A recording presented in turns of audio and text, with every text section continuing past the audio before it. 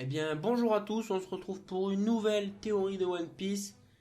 Une petite théorie qui sera vachement courte, je pense, mais comme elle est faite que par moi, en fait, j'ai imaginé cette théorie tout seul sur plusieurs petits arguments.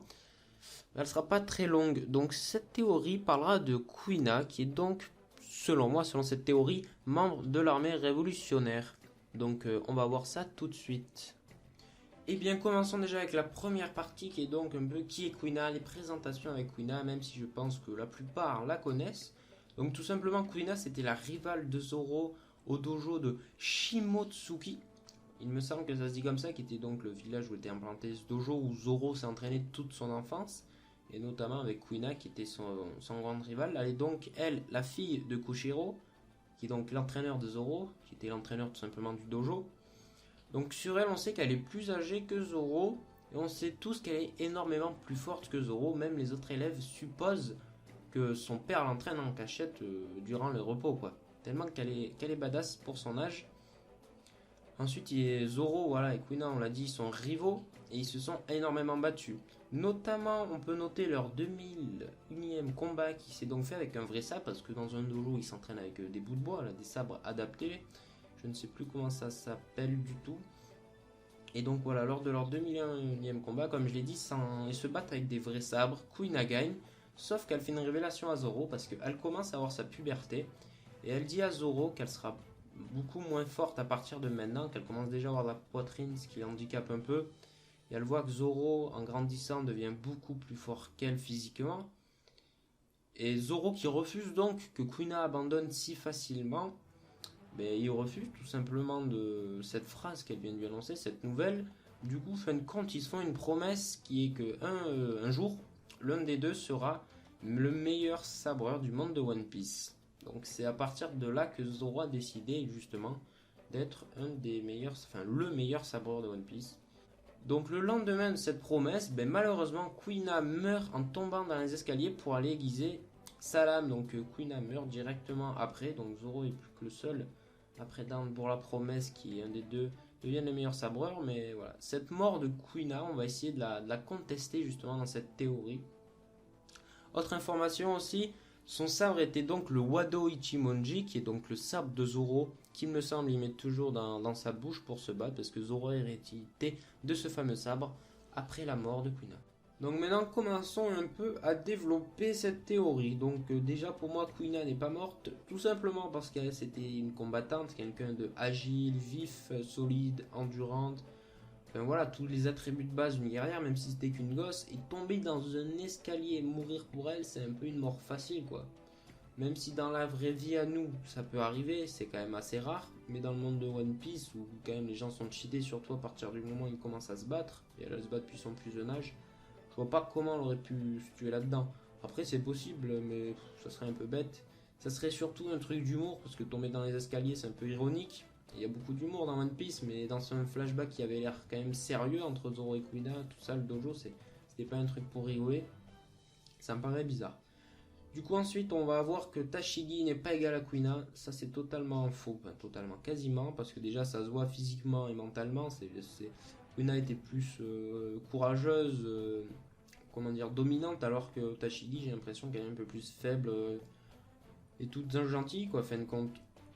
Ensuite, on a aussi une preuve qui est donc irréfutable pour moi. Enfin, après, ça peut être. Bon, je vais l'expliquer après.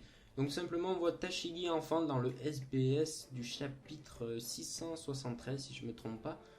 Donc, Oda a clairement mis la preuve qui contre les théories. Après, c'est peut-être une fausse piste, pourquoi pas.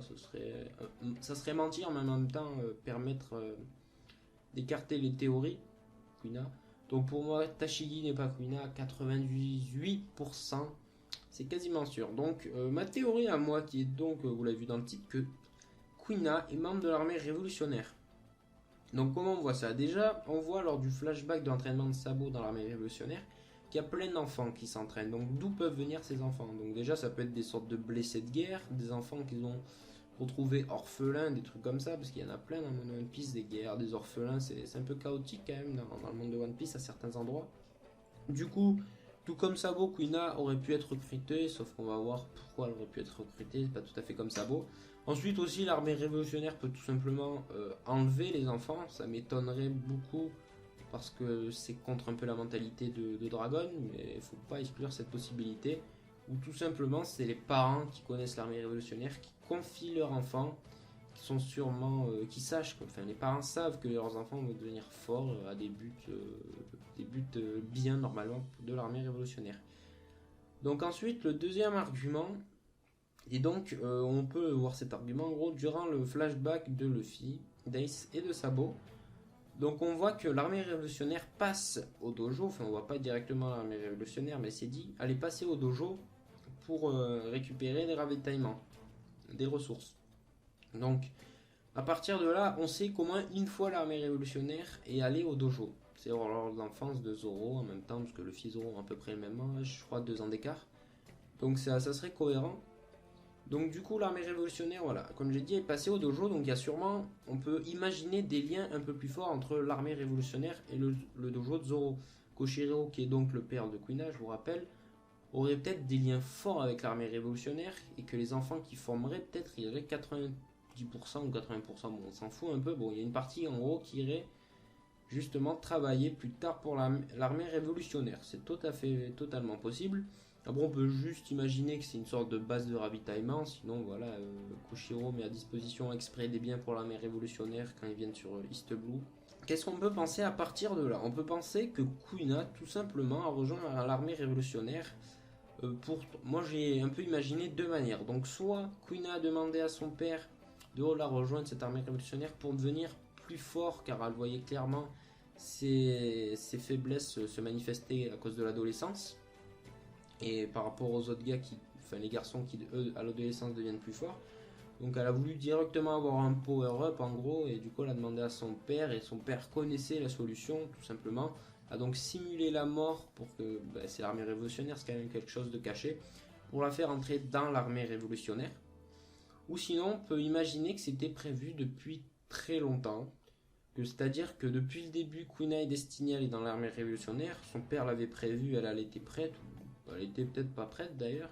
Du coup, ça expliquerait pourquoi Quina en gros aurait fait cette révélation à Zoro ce jour-là en lui disant qu'elle devenait plus faible pour faire une sorte d'adieu à Zoro pour lui expliquer en gros que ça aurait plus été comme avant, même si après elle lui fait la promesse c'était une des meilleures sabreurs. Donc voilà, c'est à peu près tout là-dessus. On n'a pas trop à rajouter, il n'y a pas trop d'arguments. On a très peu vu Quina, Zoro en a très peu parlé. Bon, après, mes arguments ne permettent pas de tout à fait comprendre comment elle a rejoint l'armée révolutionnaire et pourquoi, dans quelles circonstances. Mais du coup, on peut s'imaginer une multitude de possibilités que je vous laisse vous imaginer vous-même. Donc j'espère que la vidéo vous aura plu, qu'elle n'aura pas été trop courte. Et n'hésitez pas à lâcher un petit like, un petit commentaire constructif si possible pour m'aider à améliorer la chaîne. Et n'hésitez pas à vous abonner. Bon, sur ce, je vous dis ciao.